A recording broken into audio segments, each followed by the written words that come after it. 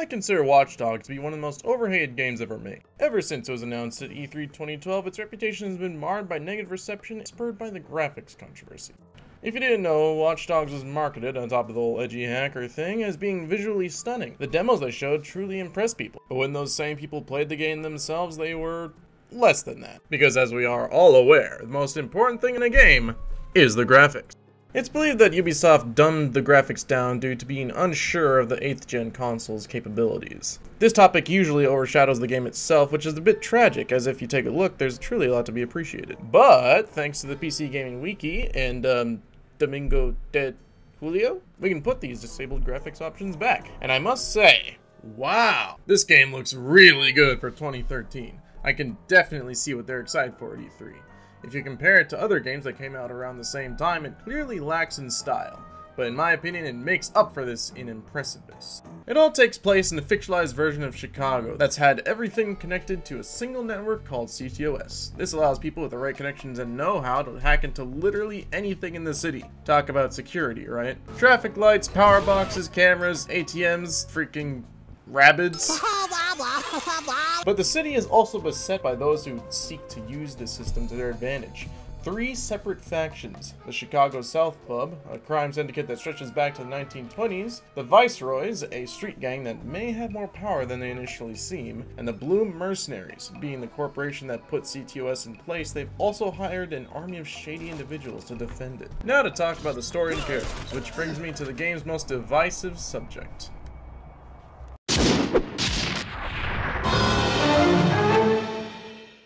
One of the most common complaints you'll find centered on this game is that its protagonist isn't very interesting. Aiden here is a man who learned to hack for the art and to fill his pockets. His ambition in this pursuit eventually brought him to be targeted, unfortunately resulting in the death of his niece, Lena. Though technically it was the fault of his former partner, Damien, who got too greedy during an operation. This guy. Ugh. Lena's death is a huge focus. It's the primary drive of the story and brings us some heart-wrenching scenes between him, his sister, and his nephew. These scenes are genuinely sad, especially when Aiden's sister tries to help him let go of his grief and self-blame. It makes you feel like you're seeing a family that really endured loss. You didn't. I don't blame you. But promise me you will stop. We need this as a family. This tragedy causes Aiden to spiral down to someone obsessed with seeking vengeance on those responsible. So much so that his exploits may end up hurting the ones he loves yet again. So I must disagree with the view that Aiden is uninteresting. I mean, he's no Joel, but he's got some interesting morals, he can be real intimidating, and he even jokes around from time to time.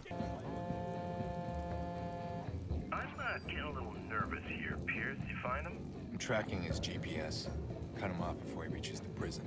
Nice. Hey pal, you just blowing from Stupid Town? I mean, as much as an obsessed, grief-stricken edgelord can, but I must say, what the heck is up with his smoker voice? It's so annoying how hoarse he is. He must have been a chain smoker before Lena died. Who was it? Who ordered it? Damien, what are you doing? Just tell me where they are. You're safe now. Alright? You're safe. I really kind of feel like it holds back a few of his emotional scenes when he just has to speak real low and hoarse just to sound cool. What have I done? It's kind of like Christian Bale's Batman voice, but if he talked in that voice the whole movie. But anyway, throughout the game you strive to find the people responsible for Lena's death and protecting your family at the same time, which means shooting people. A lot of people. Speaking of shooting, another common complaint you'll hear is that the shooting can feel rather sluggish, unresponsive, lacking in comparison to other third-person shooters, and you always find yourself heavily outnumbered. What if I told you that this is a stealth game first and a shooter second? Odd comparison, I know, but if we look at a true stealth game like Thief: The Dark Project, yeah. Even though this game has a very heavy focus on stealth, you do have a means of defending yourself. You've got a sword. it sucks. It's sluggish, unresponsive, and trying to use it when you're outnumbered is a terrible idea. Sound familiar? This is a stealth game. Sneaking is your primary tool, and to try to fight these enemies instead of sneaking past them is just moronic. Watchdogs is a game about hacking. You use your hacking skills to your advantage by manipulating the environment to get the jump on enemies before they see you. In some encounters, you can eliminate every enemy without engaging them at all, and in a very fear move, you're always the one to initiate the fight, so you can decide how you want to engage enemies, if you want to engage them. Seriously though, aiming a shot in this game can sometimes make you feel like you've got rust in your joints, even with the ridiculous mouth smoothing turned off. This is the only time I'd be okay with the brain-dead aim assist of GTA 5. In fact, by far the worst parts of the game are when it forces you into combat situations with little to nothing to hack at all, especially when you have to listen to a back and forth conversation all over again every single time you die. Yeah, I played through the game on its hardest difficulty called realistic, so naturally I died a good bit. But I believe I truly understand the inner workings of combat because of it. A personal highlight of mine is allowing yourself to be arrested at a prison so you can infiltrate and intimidate a witness to keep him from snitching on you. Freeze! Stop the gun! Get on the floor, now! Hand behind your head! Do it! Go.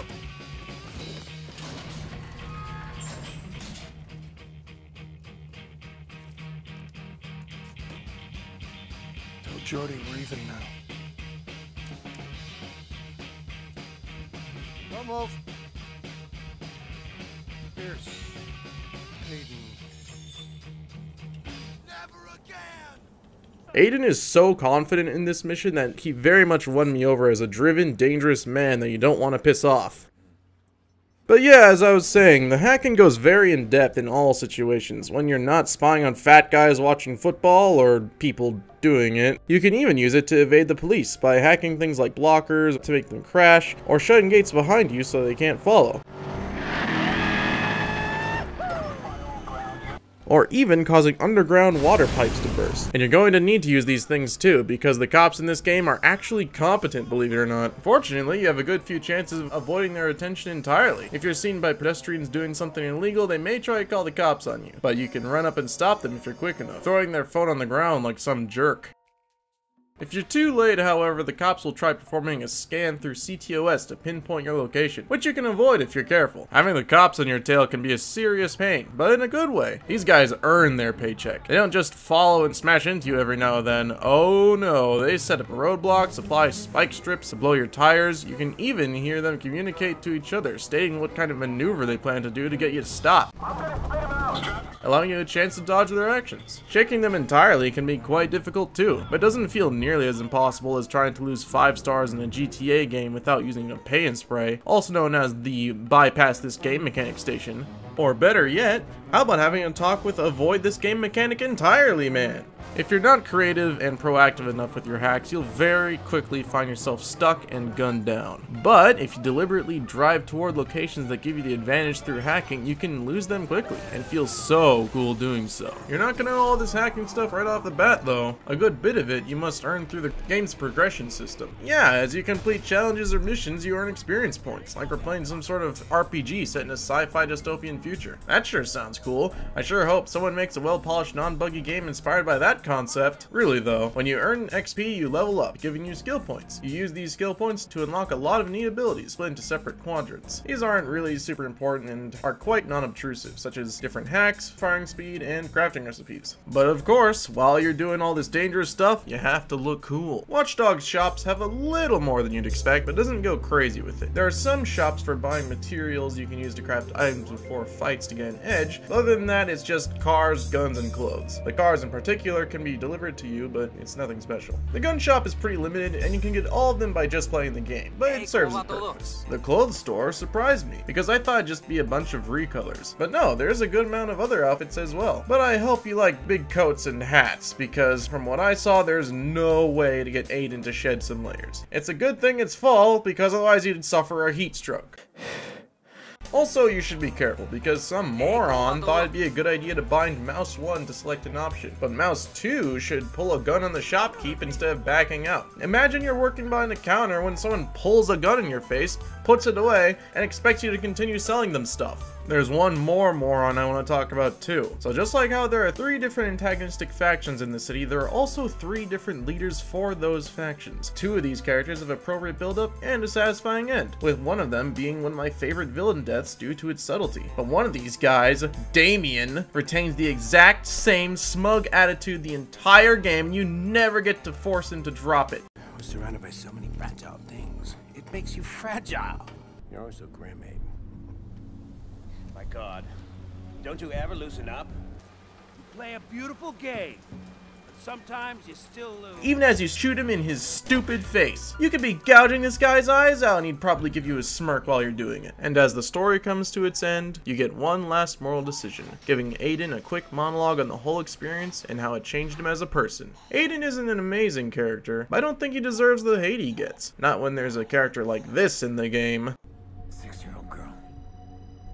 My niece died because you went too far. Oh, you're adorable. Blaming your family problems on me? Damien crossed the line, he made the bad man angry. What about me? What about you?